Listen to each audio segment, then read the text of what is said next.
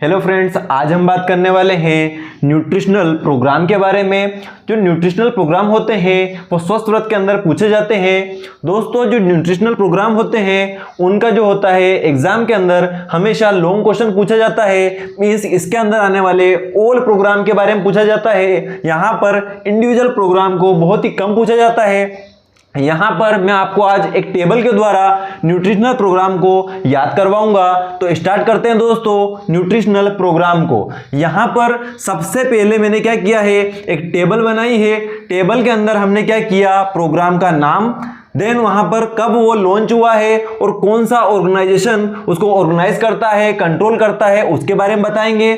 Next हम एक और कॉलम बनाए हैं जिसके अंदर हम देखेंगे कि उस प्रोग्राम का क्या एम था, क्या ऑब्जेक्टिव थे, वो देखेंगे। देन क्या डोज दिया जाएगा उसके लिए, क्या एडमिनिस्ट्रेशन किया जाएगा उसके लिए, वो बताएंगे। और लास्ट में बेनिफिशियरी ग्रुप के बारे में बताएंगे। तो इस तरह से यहाँ पर हम टेबल याद करेंगे और प्रोग्राम को पढ़ेंगे। जो न्यूट्रिशनल प्रोग्राम होते हैं उसके अंदर 4 प्रोग्राम आते हैं। सबसे पहला होता है vitamin A prophylaxis programme. Then second होता है प्रोफाइलेक्सिस अगेंस्ट न्यूट्रिशनल एनीमिया।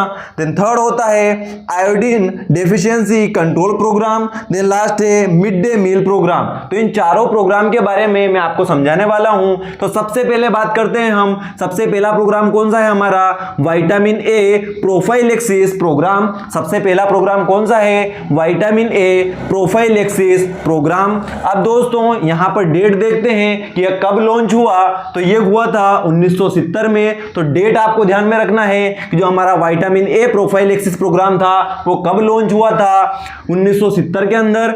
अब इसका कौन सा ऑर्गेनाइजेशन होता है, कौन इसको ऑर्गेनाइज करता है, कौन इसको कंट्रोल करता है, उसके बारे में बात करते हैं। तो यहां पर जो प्राइमरी हेल्थ सेंटर होते हैं, पीएचसी होती है, एंड जो सब सेंटर होते हैं वो इसके ऑर्गेनाइजेशन होते हैं। देन आगे बात करें कि इसका क्या एम था, तो इसका एम था prevent blindness due to vitamin A deficiency. तो विटामिन ए की डेफिशिएंसी से होने वाली जो ब्लाइंडनेस होती है, जो अंधता होती है, उसको रोकने के लिए प्रोग्राम आया था। तो मेन इसका एम क्या है कि जो विटामिन ए है उसकी डेफिशिएंसी से ब्लाइंडनेस को रोकना। आगे बात करते हैं कि भैया विटामिन ए से होने वाली ब्लाइंडनेस को तो रोकना है, लेकिन कैसे रोक सकते हैं। तो उसके लिए बता रहे हैं कि आपको क्या करना है, एडमिनिस्ट्रेशन करना है, एक डोज देना है। किसका डोज देना है, विटामिन ए का डोज देना है। अब कितना डोज देना है, विटामिन ए का 2 लाख IU जो डोज होता है वो देना है। IU का मतलब होता है इंटरनेशनल यूनिट। IU का मतलब क्या होता है दोस्तों, इंटरनेशनल यूनिट। तो विटामिन ए का 2 लाख इंटरनेशनल यूनिट जो है वो डोज देना पड़ेगा। अब किसको देना पड़ेगा, 1 ईयर अबव चाइल्ड, 1 साल से ज्यादा के जितने भी बच्चे होंगे उनको विटामिन ए का 2 लाख इंटरनेशनल यूनिट का डोज दिया जाएगा। कब दिया जाएगा, एवरी 6 मंथ, 6 मंथ के गैप में लगातार ये डोज दिया जाएगा 1 साल से बड़े बच्चे को। देन उसके बाद यहां पर बात कर रहे हैं कि half amount is equal to less than 1 year child. तो हाफ अमाउंट किसके लिए हो जाएगा, जो 1 साल से छोटे बच्चे हैं उनके लिए इस अमाउंट का हाफ अमाउंट हो जाएगा। मींस यहां पर बड़े के लिए हम 2 लाख इंटरनेशनल यूनिट कर रहे थे, तो यहां पर हाफ हो जाएगा 1 लाख इंटरनेशनल यूनिट। आगे बात करते हैं कि बेनिफिशियरी ग्रुप क्या है। तो सबसे पहला यहां पे आपको लिखना है प्रिवेंट रेस्पिरेटरी इंफेक्शन। तो किससे प्रिवेंट करता है, जो रेस्पिरेटरी इंफेक्शन होता है उससे ये डोज हमें प्रिवेंट करता है। देन सेकंड बात करते हैं बूस्ट इम्यूनिटी, तो इम्यूनिटी को बूस्ट करता है। देन थर्ड है प्रिवेंट ब्लाइंडनेस, जो कि हमारा मेन एम है कि हमको क्या करना है, विटामिन ए से होने वाली विटामिन ए की डेफिशिएंसी से होने वाली जो ब्लाइंडनेस है उसको रोकना है। एक बार और बात करते हैं विटामिन ए प्रोफाइलेक्सिस प्रोग्राम 1970 के अंदर ये आया। कौन कंट्रोल करता है, पीएचसी एंड सब सेंटर। क्या इसका एम है, क्या इसका ऑब्जेक्ट है, तो विटामिन ए से होने वाली, विटामिन ए की डेफिशिएंसी से होने वाली ब्लाइंडनेस को रोकना।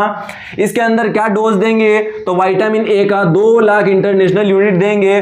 किसको देंगे, 1 साल से ज्यादा का जो भी बच्चा होगा उसको 6 मंथ की गैप में 2 lakh international unit vitamin A का दिया जाएगा। आगे आगे बात करें हाफ अमाउंट किसके लिए हो जाएगा, जो 1 साल से छोटे बच्चे हैं उनके लिए इस अमाउंट का हाफ अमाउंट हो जाएगा, मींस 2 लाख की जगह 1 लाख इंटरनेशनल यूनिट दी जाएगी। आगे बात करें क्या फायदा है इससे, तो प्रिवेंट रेस्पिरेटरी इन्फेक्शन, तो जो रेस्पिरेटरी इन्फेक्शन होते हैं उनसे हमें यह डोज बचाता है, साथ ही साथ इम्यूनिटी को बूस्ट करता है, और मेन एम जो है प्रिवेंट ब्लाइंडनेस को, तो ब्लाइंडनेस को क्या करेगा, प्रिवेंट करेगा, ब्लाइंडनेस से बच्चों को बचाएगा। आगे बात करते हैं हमारे सेकंड ग्रुप के बारे में, सेकंड प्रोग्राम के बारे में कि सेकंड प्रोग्राम क्या होता है। सेकंड प्रोग्राम है प्रोफाइलेक्सिस अगेंस्ट न्यूट्रिशनल एनीमिया, तो एनीमिया की जो डिफरेंस एनीमिया जो है उससे रिलेटेड यहां पर प्रोग्राम बताया गया है कि prophylaxis against nutritional anaemia.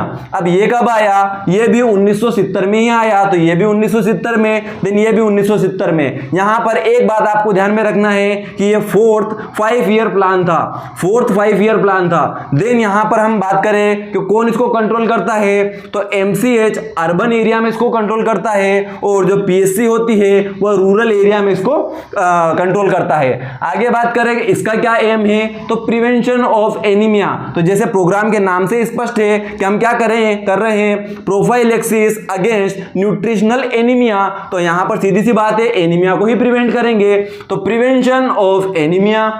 Second क्या होता है, केस मॉनिटरिंग, यहां पे क्या होगा, एनीमिया के पूरे देश के अंदर केस को मॉनिटर किया जाएगा कि कितने केस बढ़ रहे हैं, कितने घट रहे हैं, कितने सही हो रहे हैं, तो उसके बारे में मॉनिटर किया जाएगा, केस की मॉनिटरिंग की जाएगी।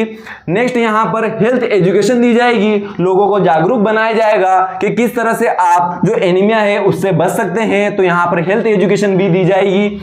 आगे बात करें इसके लिए क्या डोज होगा, तो pregnant woman and adolescent girl जो होगी उसके अंदर 100 mg Fe दिया जाएगा, मींस आयरन दिया जाएगा, और 0.5 mg फोलिक एसिड दिया जाएगा। क्या कर रहे हैं दोस्तों, जो प्रेग्नेंट वुमन है और जो एडोलसेंट गर्ल है उनके अंदर 100 mg हम Fe मींस आयरन दे रहे हैं, और 0.5 mg फोलिक एसिड दे रहे हैं। नेक्स्ट बात करते हैं चिल्ड्रन के अंदर, चिल्ड्रन जो होते हैं 6 मंथ से लेके 5 ईयर के जो चिल्ड्रन है उनके अंदर ये जो हमने डोज देखा है इसका जस्ट 1/5 हो जाएगा, 1/5 हो जाएगा। तो यहाँ पे जो 100 mg यूज किया जा रहा है वो कितना हो जाएगा, 20 mg। इस तरह से आप याद कर लीजिए, यहाँ पर 0.5 mg फोलिक एसिड यूज किया जा रहा था, तो इसका 1/5 कितना हो जाएगा, 0.1 mg फोलिक एसिड यहाँ पे यूज किया जाएगा।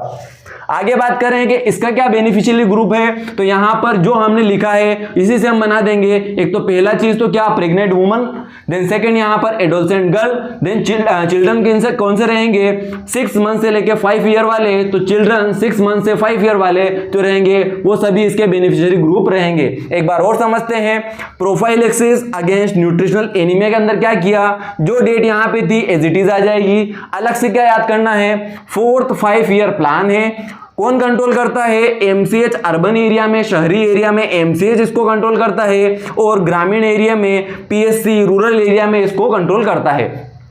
क्या इसका एम है, तो एनीमिया से बचाना, तो प्रिवेंशन ऑफ एनीमिया। केस की मॉनिटरिंग करना, तो भैया केस का मॉनिटरिंग करना कि कितने हो रहे हैं, कितने ठीक हो रहे हैं, तो उसके बारे में मॉनिटर किया जाएगा। आगे बात करें लोगों को हेल्थ एजुकेशन देना कि आप किस तरह की अपनी लाइफ स्टाइल को बनाकर एनीमिया से बच सकते हैं, तो वो एजुकेशन प्रोवाइड कराना। आगे बात करें इसके लिए क्या डोज दिया जाएगा, तो प्रेग्नेंट वुमन और एडोलसेंट गर्ल जो रहेगी उसके अंदर 100 mg Fe दिया जाएगा, और 0.5 mg फोलिक एसिड दिया जाएगा। इसका जस्ट 1/5 यहां पर चिल्ड्रन के अंदर दिया जाएगा जो कि 6 मंथ से 5 ईयर के हैं, तो 100 mg Fe की जगह 20 mg Fe हो जाएगा, और 0.5 mg फोलिक एसिड की जगह 0.1 mg फोलिक एसिड हो जाएगा। आगे बात करें कि बेनिफिशियरी ग्रुप क्या है, तो यहां से एज इट इज हमने कॉपी कर दिया, प्रेग्नेंट वुमन, एडोलसेंट गर्ल और चिल्ड्रन 6 मंथ टू 5 ईयर, तो चिल्ड्रन 6 मंथ टू 5 ईयर। आगे बात करते हैं हम आयोडीन डेफिशिएंसी कंट्रोल प्रोग्राम के बारे में, जिसको हम शॉर्ट फॉर्म में IDCP भी बोलते हैं। क्या बोलते हैं दोस्तों, आयोडीन डेफिशिएंसी कंट्रोल प्रोग्राम। अब ये कब आया, तो ये जो होता है सबसे पहले गोइटर कंट्रोल प्रोग्राम के नाम से आया था 1962 में। सबसे पहले किस नाम से आया था, गोइटर कंट्रोल प्रोग्राम 1962 के अंदर। देन उसके बाद ये रिवाइज हुआ और उसके बाद आया आयोडीन डेफिशिएंसी कंट्रोल प्रोग्राम 1986। यहाँ पर नेक्स्ट कौन सा आया, iodine deficiency control programme. Iodine deficiency control programme या इसका एक और नाम है national iodine deficiency control programme. ये कब आया, 1986 में। इसके बाद एक और बार इसको रिवाइज किया गया 1992 में। प्रीवियस जो हमारी पुरानी बुक है उसके अंदर 1986 तक ही बताया गया है, जो नए वॉल्यूम आए हैं उनके अंदर 1992 के बारे में भी बताया गया है। तो यहाँ पर वापस से इसको रिवाइज किया गया। इसका नाम क्या है, national iodine deficiency disorder control programme 1992।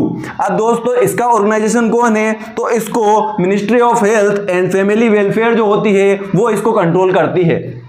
आगे बात करते हैं इसका क्या एम है, इसका क्या उद्देश्य है। तो वापस से यहां पर क्या होगा, आयोडीन की डेफिशिएंसी क्या होता है, गोइटर, तो प्रिवेंशन ऑफ गोइटर, गोइटर से बचाना। देन यहां भी क्या होगा, केस मॉनिटरिंग करेंगे और हेल्थ एजुकेशन प्रोवाइड करेंगे। सेम टू सेम कंडीशन यहां पे भी बनेगी। अब यहां पर क्या करेंगे हम, एडमिनिस्ट्रेशन क्या करेंगे, तो production and supply of iodised salt to the endemic region. तो दोस्तों जहां भी गोइटर वाले एरिया है, जहां पर गोइटर ज्यादा होता है, तो वहां पर क्या करना, जो आयोडाइज्ड साल्ट होता है, जो आयोडीन युक्त नमक होता है, उसको ज्यादा प्रोडक्शन करना उसका और उस एरिया में सप्लाई करना। तो ये क्या होगा, यहाँ पे एडमिनिस्ट्रेशन हो गया। आगे बात करें क्या कौन सा इसका बेनिफिशियरी ग्रुप होगा, तो गोइटर एंडेमिक एरिया, जहां पर भी गोइटर हो रहा है वहीं पर इसका क्या होगा, फायदा भी होगा। एक बार और समझाता हूं, आयोडीन डेफिशिएंसी कंट्रोल प्रोग्राम आईडीसीपी सबसे पहले गोइटर कंट्रोल प्रोग्राम के नाम से आया 1962 में। देन उसके बाद रिवाइज्ड हुआ आयोडीन डेफिशिएंसी कंट्रोल प्रोग्राम 1986 के रूप में। देन एक बार और रिवाइज हुआ, अब कौन सा आया, national iodine deficiency disorder control programme 1992। यहां पे क्या हो रहा है, हम क्या उद्देश्य है इसका, प्रिवेंशन ऑफ गोइटर, गोइटर से बचाना। केस मॉनिटरिंग यहां पे भी होगी, हेल्थ एजुकेशन यहां भी दी जाएगी। देन यहां पर क्या किया जाएगा, जहां पर भी गोइटर की कंडीशन देखने को मिल रही है, जिन एरियो में गोइटर की कंडीशन देखने को मिल रही है, वहां पर क्या करेंगे, आयोडीन युक्त नमक को प्रोडक्ट करेंगे, प्रोडक्शन करेंगे उसका और ज्यादा से ज्यादा वहां पर सप्लाई करेंगे। नेक्स्ट यहां पर बेनिफिशियरी ग्रुप कौन सा हो जाएगा, गोइटर एंडेमिक एरिया, जहां पर भी गोइटर हो रहा है वही एरिया जो होगा इसका बेनिफिशियरी ग्रुप भी होगा। आगे बात करते हैं last, mid day meal programme. Next कौन सा है, मिड डे मील प्रोग्राम। दोस्तों आप डेट को देखेंगे तो यहां पर 1970 है, यहां पर 1962 है, तो यहां पर जस्ट देखिए एक कम हो जाएगा 1961। तो इस तरह से याद कर लीजिए 1970, 1962 और जस्ट एक कम कर दीजिए 1961। तो मिड डे मील प्रोग्राम कब आया, 1961 के अंदर। देन इसको कौन कंट्रोल करता है, तो ये हम अच्छी तरह से जानते हैं कि इसको कौन कंट्रोल करता है, स्कूल। आगे बात करते हैं इसका एम क्या था, तो इंप्रूव अटेंडेंस। तो यहां पर क्या होगा, बच्चों की अटेंडेंस को बढ़ाने के लिए यहां पर यह प्रोग्राम लाया गया कि बच्चे क्या करेंगे, खाने के लालच में ज्यादा स्कूल आएंगे, जिसकी वजह से यहां पर इंप्रूव अटेंडेंस जो होगी वो इंप्रूव होगी।